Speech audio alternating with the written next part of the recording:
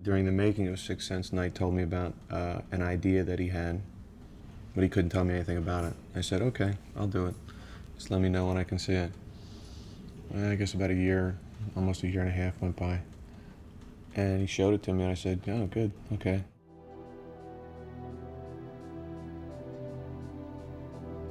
This is normally the first act of a movie, this whole movie. And I'm going to make an entire movie of the first act, the entire movie about a guy realizing he's a superhero. So that's how it popped into my head. The idea. After I've outlined it, I try to do 6 pages a day until the first draft is done. And that's how I start technically. And then I set little deadlines for myself, you know, second draft, third draft, fourth draft. It was started out a very traditional movie where the first act was him realizing his power, second act is him fighting good and bad, and then the third act is fighting the ultimate villain. And it just didn't respond to me.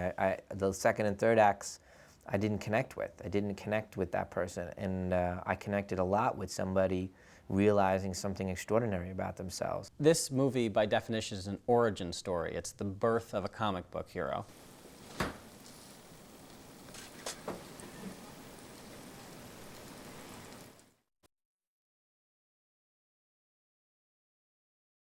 Unbreakable was pretty easy because we had a lot of the same people from The Sixth Sense who we wanted to bring back. We made a couple of changes because of people who weren't available. We had a different cinematographer, so the movie had a different visual style to it. We had a different editor, and I think that lent a different style to it. We met, all of us as a group, about 4 times in the course of the 4.5 months for, 2-3 days at a time, and basically talked specifics of what was in the shot, what the image should do, what the desired effect was for sound and music and all the issues. Knight definitely has a vision and a plan, but I think he is really good at getting the best out of everybody who works with him. And in order to get the best out of people, you want to be open to their ideas and welcome their ideas and take all the good ones and use them.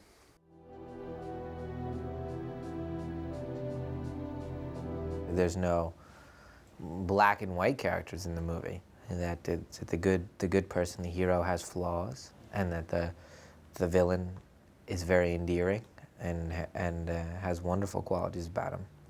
Knight wanted us to create a very literal world which was instantly recognizable, as if this incredible story could be happening right down the street. He wanted to create a sense of normalcy in David Dunn's house, to act in counterpoint to the incredible nature of the story that's happening to him. My character really needs to be as surprised by what's happening to him as the audience does. I mean, here's a guy that's, never been sick, never been hurt. It's grounded in real human beings who experience real emotions, who have real families, who have real problems that we can all kind of recognize. It's kind of funny because you watch the movie, Bruce has got a scar. Where'd he get that? These kind of ideas of villains and heroes are kind of from within normal people, and it comes out. The movie is very, very close to the storyboard, so I mean, in a way, you can see the entire movie before we shoot it. I can walk you through the entire movie and tell you how it's going to feel. It's very important to know as early as possible what the camera moves and the camera shots might be. If a crane or something very specific is involved, that helps us better design the set. As an editor, storyboards are useful for me in terms of understanding the director's idea.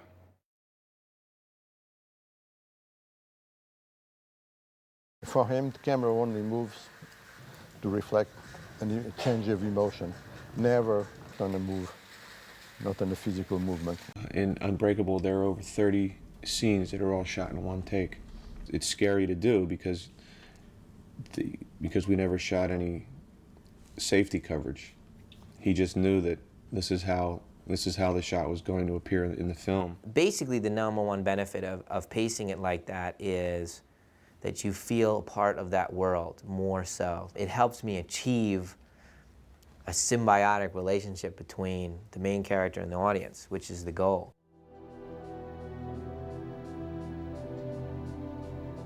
The setting and the location and the world that filmmakers create is always an important character of the film. And in particular in Unbreakable, there were really two worlds that were created. There was the world of David Dunn, and there was the world of Elijah Price, the Samuel Jackson character. There was a big sort of design premise, which was that the David Dunn world was a warm world, and then the Elijah world was a cold, steely world. Ultimately, we learn that he is a superhero. And so the idea was that as we went through the movie, at certain points, color could be added, more sort of primary type colors that you would have in a comic book. Knight has very strong opinions about how his characters should look. I would think that because of the bizarreness of Sam's character, it might have been a little easier for them to find things for me to wear. Mostly shapeless clothes in this particular film. I was not looking it's not my finest hour style-wise. The main big design thing for him was the waterproof poncho, which then, when he goes to do his heroic act, takes on a mantle of hero, so then we're going into the comic book scenario. And originally we were going to push the fabric as well as the whole scale and structure of the garment, to give it all this sort of sense of drama. In the end, we kept the nature of the fabric the same, but so we just changed the scale of it. So as he goes through that sequence, it becomes slightly more dramatic. It's very subtle. And so unless you really study it, you wouldn't notice it. I think my only contribution was purple. Only because I thought of Elijah as very regal, and that's the color for regality. So establish this sort of turtleneck and this purple colour that comes into play in his childhood. Then when we see him in the comic book store for the first time as an adult, he's got these things going, the blacks and the purples and the turtleneck, That was my idea, the glass cane. It was a great look. It was something that was almost transparent that he walked with, that he used, so he had this gait and he had this transparent thing with this silver top, and it was kind of elegant to me, that you could see through it, and it was a statement of sorts. Sturdy but fragile. I based his hair on Frederick Douglass, which is this sort of slightly sort of sideways thing. So that's the one thing about him, which everything else is all kind of, perfect, and then there's just this slight kind of off-balance thing on the head. A lot of talk about that hair. I don't, it's like, hey, it's just a character. Another reason to build that kind of structure where David would go from cool to warm and Elijah from warm to cool. It was the idea of reflections and inverted images and symmetrical things, because there is something symmetric about Elijah and David. Good cannot exist without evil, and evil cannot exist without good. And so basically, Elijah's character needed to find the hero so he could take his mantle and be the villain. We had very specific colors for each character. Sam Jackson had his purple color. David Dunn had, his green color. We introduced in the final sequence, or the sequence that leads up to the final sequence, color that started out as sort of muted color and then became stronger as David Dunn starts to perceive his powers. When we see David Dunn in the train, there's that little girl when the camera's going back and forth. She was a colour pop, in that bright yellow. So we used sort of the comic book idea of colour pops and tried to choreograph it, I suppose, really, so that you had always this sort of little interesting thing that you were drawn to that could be a signal or something of importance.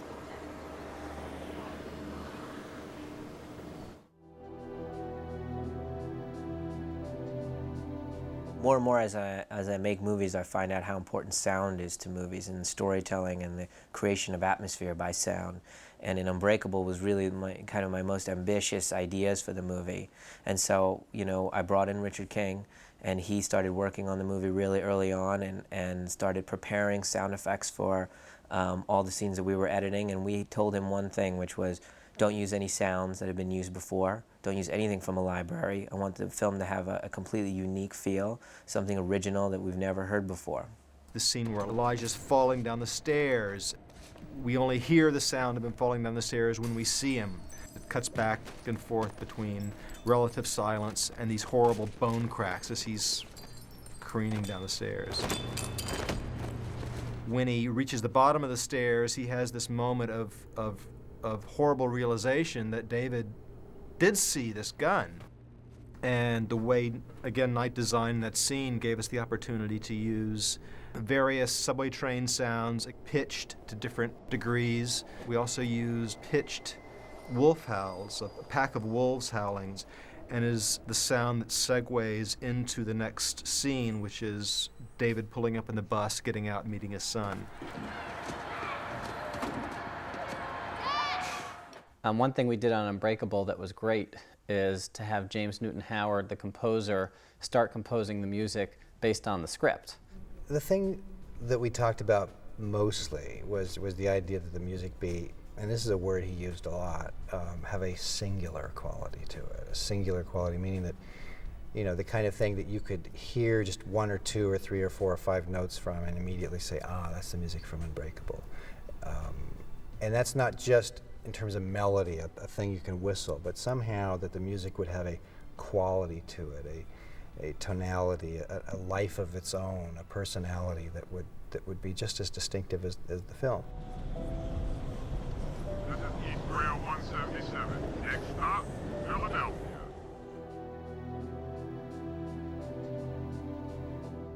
Unbreakable for me was by far the most I've ever put my performance in the hands of the director. He was always right on with how he saw the character, and I wanted to honor that. When you're watching the film for the first time, you're just watching a story and you don't know exactly where it's going. When the film ends, you realize that what you've seen is, in a way, very similar to a comic book. And I think it would be interesting for people, when they go back and watch the movie a second time, to observe the ways in which this film is existing on two levels. It's existing on the level of a realistic story of a man who's a security guard and a man who has osteogenesis imperfecta, and the way that those two lives intersect. But it's also interesting to watch how this movie is a film version of a comic book. I think I wanted to make feature-length Twilight Zones, you know, where something amazing happens in the last second and you realize you weren't watching what you thought you were watching. And then inevitably, when you go back and look back at the movie the second time, everything should have that feeling that it was inevitable, that this ending was going to be this way. It's natural. Now that we know who you are, I know who I am. These movies have become so known for their endings, and I wanted them to be elements of the movie and not so much just an ending. You know, just that's all it is, 1 2-hour ending. And it's something I struggle with, because I basically get an idea and then I develop it, and then an idea turns into this wonderful revelation. And now I sit down and go, well, do you want to do the revelation at the end of the movie? And so, you know, that's something I guess I'm going to be struggling with for a long time, because I may not do the next movie with that kind of ending, or I may do it the next movie after that. And it's been an interesting 2 movies here, watching everybody hearing gasps in the last 5 minutes of the movie.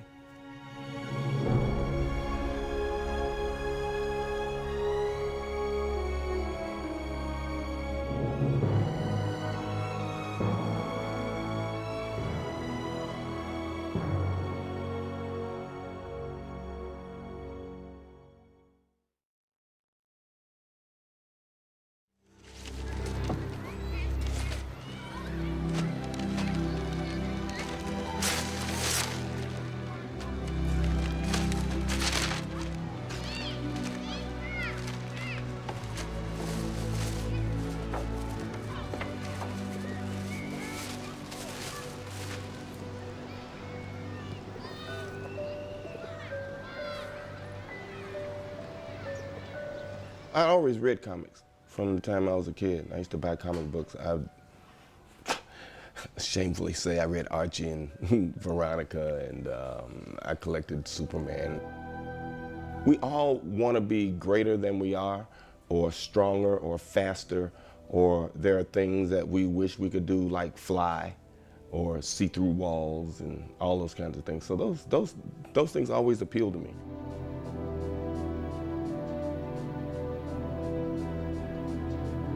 Sometimes we'd be Superman, people would throw kryptonite at you and you'd go down. I mean, we acted, you know, very strongly, and we had theme music. We did the whole thing, you know. Dun, dun, dun, dun, dun, dun, dun.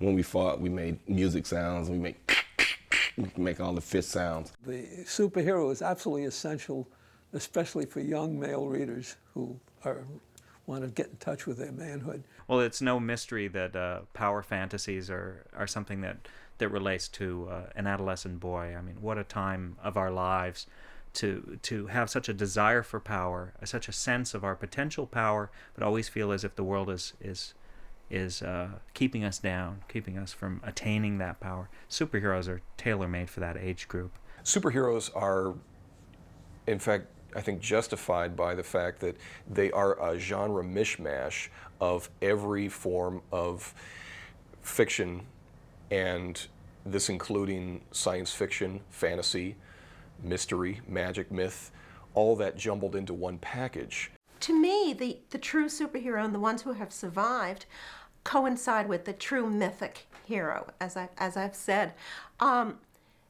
They have the power. They have the power. Sometimes, and they get the call. The call is a mystic thing, like I say. It can be a bat flying in your window. It can be anything. Sometimes they avoid the call. Bruce Willis tries to avoid the call, but they can't.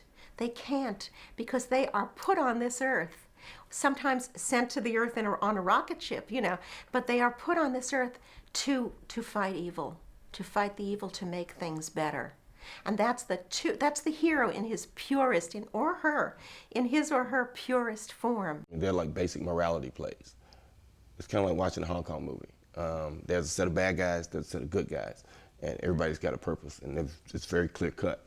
But everybody's loyal to everybody else. The bad guys are very loyal to the bad guys, and the good guys are very loyal to the good guys. You can't have good without evil. If there's no evil, I mean, you can be a good person, but you can't be a hero with no evil, because you have to make it better. And there has to be something that you must make better. I mean, if there's nothing for you to fight, then you'll just stay in Smallville, you know, and be a nice guy all your life. But you can't ever become a hero unless there's something for you to conquer. These are archetypes. These are ideas that live within our heads, that are hardwired into our brains. They manifest themselves as stories. If they're well done, they manifest themselves as stories that are appropriate to a given time and place. One rainy night, very much right out of the Spirit scene, I was sitting in the studio, and I got a call from the guy who was going to be my partner in the venture. He's the guy that brought us together, Busy Arnold. From a bar, I could hear the jukebox going in the background, and I heard the tinkle of glasses, and he says to me, "How you coming?" I said, "Well," I think I've got the first story, and I think I've got the character. And what I had sketched out on the drawing board was a guy looking very much like Cary Grant, you know, nice-looking American hero. And he said, "Well, does he have a costume?" And I said, "Well, no." He said, "You got to have a costume." Said he couldn't sell it without a costume. Got to have a costume. So I put a mask on him. And he said, "He's got a mask." He said, "Well, that sounds good." And I said, "He's got gloves." He says, "Go with that. Go with that. That's great. Go." And he hung up.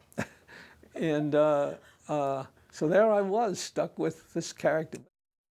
Eisner is such a great storyteller. And he came up, in fact, with a superhero, a true hero, who doesn't have any superpowers at all, but very symbolically, and this is something that happens to the hero in myth and also symbolically happens to the hero in comics when he's the true hero, and that is that he dies and is reborn. The spirit is Denny Colt. He's a cop, and he fakes his own death so that he can come back as the spirit, and lives in a cemetery, lives in Wildwood Cemetery, so that he can fight crime. The problem I had with the spirit in the mask was that it violated something that was very important to me in my work. I want to be believed. I was dealing with reality. I look at Will Eisner's work, it remains something to aspire to for me. Emotional reality is what I'm after. I mean, I'm no realist. I don't need a character to be able to fly for a character to be heroic for me. You know, it's a, as romantic as my stuff is, I find an awful lot of romance in the real world that I can use. There ain't all that much difference between a long trench coat and a cape anyway. So I think very few comic book guys decided to consciously do a myth. I think it did happen. And in the case of William Moulton Marsden with Wonder Woman, we know it did. But it's more that these are ideas that are innate and they find an expression in a given way because of what the writers and artists see around them, the air they breathe. If you look at Superman, you see that he came from this other world, Krypton, this world that exploded, and that he's come to America. He's taken on this very super American kind of identity. I mean, he's clothed himself sort of partially in the colors of the flag. He's changed his name from Kal-El, his Kryptonian name, to this very arch wasp name, Clark Kent. You know, he's redefined himself, reinvented himself on these shores. And it's very easy to look at the Superman story as being at least in part the story of an immigrant from another world. And of course, Siegel and Schuster, these were two the sons of immigrants, of Jewish immigrants from Europe. You know, if you look at the creators, a lot of the early creators in comics, a lot of them were Jews, and a lot of them were the children of immigrants. It seems that the majority of them grew up in New York, grew up in either the slums or at least working class neighborhoods. These kids lived in apartment buildings. They didn't live in single family dwellings in the suburbs. And this might have a lot to do with it. They saw much more of life than those kids from the suburbs, you know. And they had to make it. They had to make it. They were poor.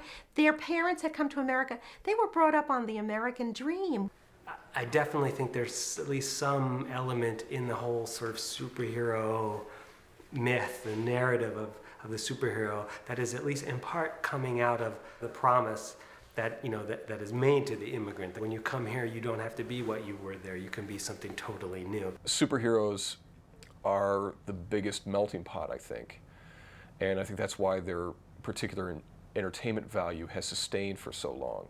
I think Pfeiffer wrote an article once and said that we all knew that the Spirit was Jewish, even though his nose was short and he had an Irish name. Well, you know, I couldn't see making a superhero named Sam Goldstein or something like that. Just wouldn't work out. Even an Italian name wouldn't work out. Would it work now? Have the audience? Might work now. Might work now. I think of myself as a second-generation comic book guy. The first-generation comic book guys were inventing it. When you do comics, your enemy, your biggest enemy is time. Because you've got to find the right way to involve the reader in such a way that he or she doesn't speed through it. Because technically speaking, a comic book can be read in no time at all. But it isn't enjoyed if it's read too quickly. The Spirit had several problems when I started. First of all, I had only 7 pages to tell a story. Now, some of my stories were long and some of them were short, but I only had 7 pages. I couldn't tell the short story in less than 7 pages. I couldn't tell a long story in more than 7 pages. So I had to devise ways of moving the story quickly. And that gave me an opportunity to invent panel arrangements. For example, some pages I had 10 or 15 panels on a page, and some pages I had only about 6 panels on the page.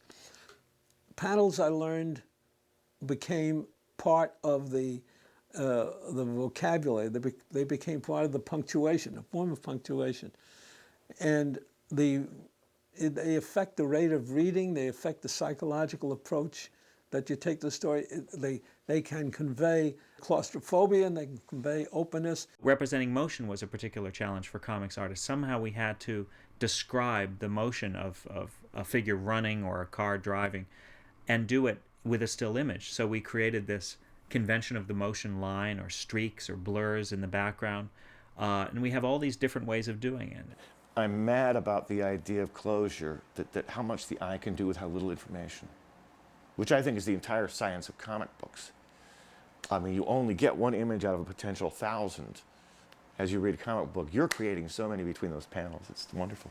I feel that the ultimate thing that people were looking for, like myself as a reader, was a feeling that this material we were reading about was truly real. We didn't necessarily want to believe it was a cartoon. We didn't want to dismiss it in that fashion. It's magic realism. It is not real stuff. It is a funhouse mirror reflection, and we hope an entertaining reflection of reality. And you're allowed to be psychologically realistic and still play fast and loose with physical reality. The trick was and is, what is the archetype? What is this character really about? You can answer that and then put a contemporary sensibility on it, and you have a way to do any of these characters. You know, I've also gone to another place too, like, you know, the crime comics or the more violently themed comics. If I had someone that didn't know a lot about comics, I would take them into the comic book store, and depending upon their sensibilities, I would give them all the Frank Miller I can find. Well, comics definitely got darker in the 80s, and that's definitely probably due mostly to two people, and that would be Frank Miller and Alan Moore. People knew for a long time that the superheroes in general were in trouble. Sales were so bad. This created a really nice atmosphere where publishers started saying, look, you know, let's let the inmates take over the asylum and see what happens, because, you know, things are getting pretty flat out here. And some of us were allowed to do so. With Watchmen, I think what Alan and I were trying to do was not deliberately dirty everything up or show that all these ideas had, all these idols had feet of clay, or that it was all a terribly psychologically flawed concept, because, you know, Alan and I both grew up loving superheroes, the best of superheroes, you know, what superheroes could be. But I think what we were interested in doing was saying, well, supposing superheroes really existed, because clearly, you know, the kind of Batman TV series showed that the traditional superhero would just be absurd in the real world. I mean, it just doesn't work. So we thought, well, supposing there was a rationale for there to be people who put costumes on, and there was a real Superman, for instance, what would he be like? And when you extrapolate from that, you realise that the people who were given the superpowers, or who decided to go and fight crime, might do it for much more human reasons than just this kind of abstract, you know, I have been gifted with powers, so I must save the world. You know, I think arguably, and I wouldn't want to be too cynical, that most people think, I've been gifted with powers, great, I can look through the wall of the girls' locker room. You know, I mean, you know, I'm not saying that's what I do. Clearly, I would save the world, but, you know, these things are interesting to explore. And that's very different, really, from what Frank Miller did. Frank Miller just, The Dark Knight, I mean, he really made it dark and grim, and the complete opposite. Okay, Batman was always kind of a dark character, you know, the forces of the night and bats and everything, but he was just like all the original characters from the 40s, the superheroes from the 40s, he was very pure. He was there to fight evil. He was pure. Frank Miller made him very complicated and dark and took away the purity. He's not pure at all anymore. He isn't pure at all. In fact, Frank Miller's characters all have this corruption in them. Here's the problem with talking about Miller. His trick is he doesn't like heroes. Well, you know, my big problem with Batman is, why would the world need him? Yeah. The world's this perfect place in DC Comics land. And I thought, well, I'm looking out the window. That's not what I'm seeing. And it was kind of irresistible to do an anarchist superhero in Reagan's America. My guess is that they saw those characters as manifestations of the establishment and decided to give them feet of clay. And I think that's a perfectly reasonable enterprise. It does diminish the hero archetype a lot. And if it's badly done, it's awful. It's sophomoric. To take some character who a couple of generations of Americans have looked on as a paragon and show that he's really a terrible jerk, where do you go with that? If you can get stories out of it, that's always my criterion. If you can use this as a point of departure to tell a terrific story, that's a reason for doing it. Frank Miller can do a corrupt hero. He's a great writer. But so many, it's like the fad. This is the fashion in comics today, is to do corruption, is to do darkness, is to do vicious comics. And you have to be really good to do this. And most of them are not good. And all they have then are bleak stories, are stories of corruption, are stories in which there are no real heroes anymore.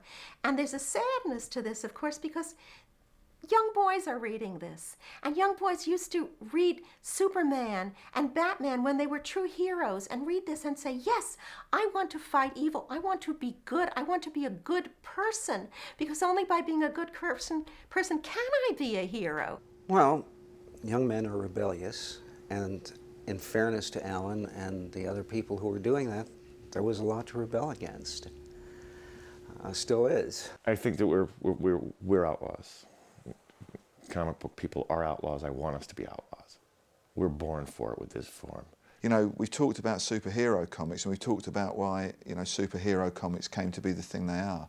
But I honestly do think the superhero comics are a genre that's taken over a medium. You know, they should be part of comics, yes, because they work very well in comics. But the fact that they more or less dominate the comic book field, particularly in the USA, is a source of great imbalance. And I think what we're finding is that, you know, as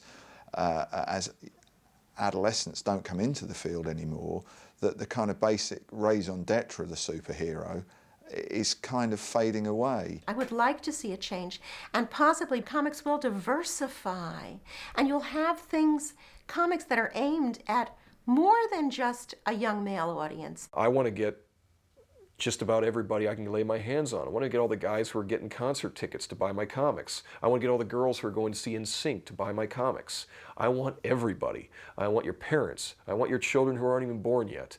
And the thing is, I think that there is potential within the medium to do that. And the way I've orchestrated my particular work is to try and make it all as palpable and as real to you as I want to believe it is myself. I don't really have a nihilist streak. My stories are essentially romantic. They just are rather harsh about it, that's all. But where comics can go is anywhere. I mean, I think it's very good that there are now several crime comics out there that each have completely different personalities. I think that the future of comics is limitless because the idea of comics is just so simple at its heart that it's infinitely adaptable. It's possible for comics to adapt to any environment. Comics isn't just about paper and ink. As the web is becoming more important, it's very easy for me to see how comics can evolve and change in a digital environment in a way that stays very true to that basic idea of comics. I still like mythology. It's a mythology thing for me. Those are still the Greek gods of American culture for me. I don't believe superheroes will disappear or go away. They'll just continue to mutate until forever.